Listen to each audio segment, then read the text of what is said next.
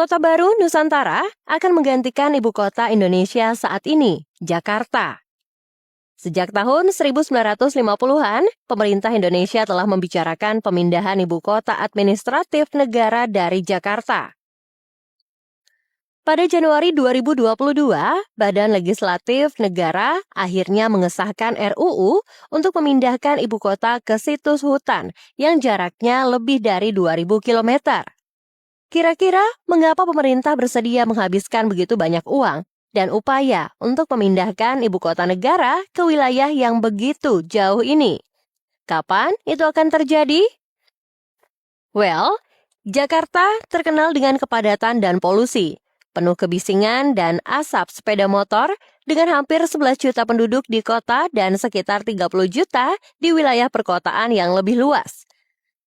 Jakarta juga menjadi kota yang paling cepat tenggelam di dunia dan telah tenggelam 2,5 meter dalam 10 tahun menjelang tahun 2019 dengan insiden banjir yang semakin sering terjadi.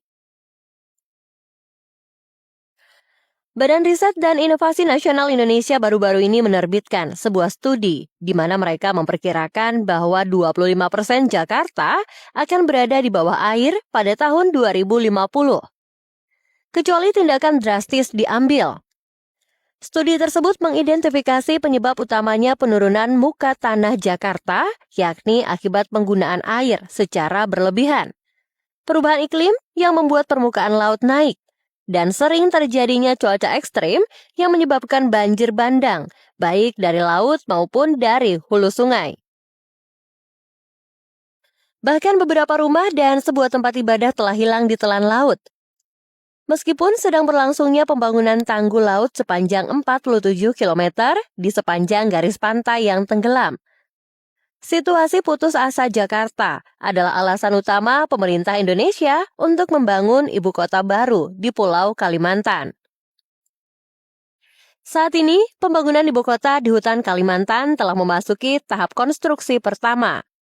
Rute, akses jalan, dan situs pembangunan utama pemerintah telah dibersihkan dari pohon.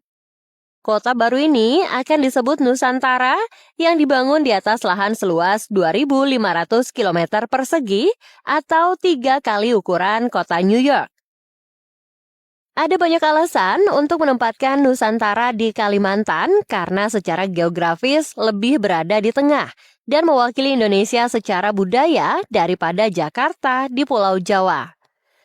Harapannya, konstruksi Nusantara akan mengurangi kepadatan penduduk di Jakarta sambil meningkatkan pertumbuhan ekonomi di Kalimantan dan di seluruh Indonesia.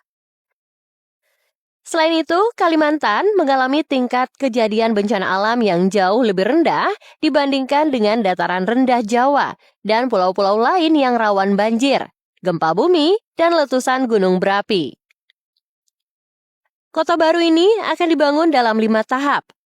Tahap pertama dimulai dengan upacara State of the Earth pada Agustus 2022 lalu. Dan tahap kelima dijadwalkan selesai pada tahun 2045, ketika populasi Nusantara seharusnya mencapai 2 juta orang. Perkiraan saat ini, proyek tersebut akan menelan biaya 32 miliar dolar atau setara 477 triliun rupiah. Yang 40% diantaranya akan menjadi investasi swasta dari Indonesia dan perusahaan internasional.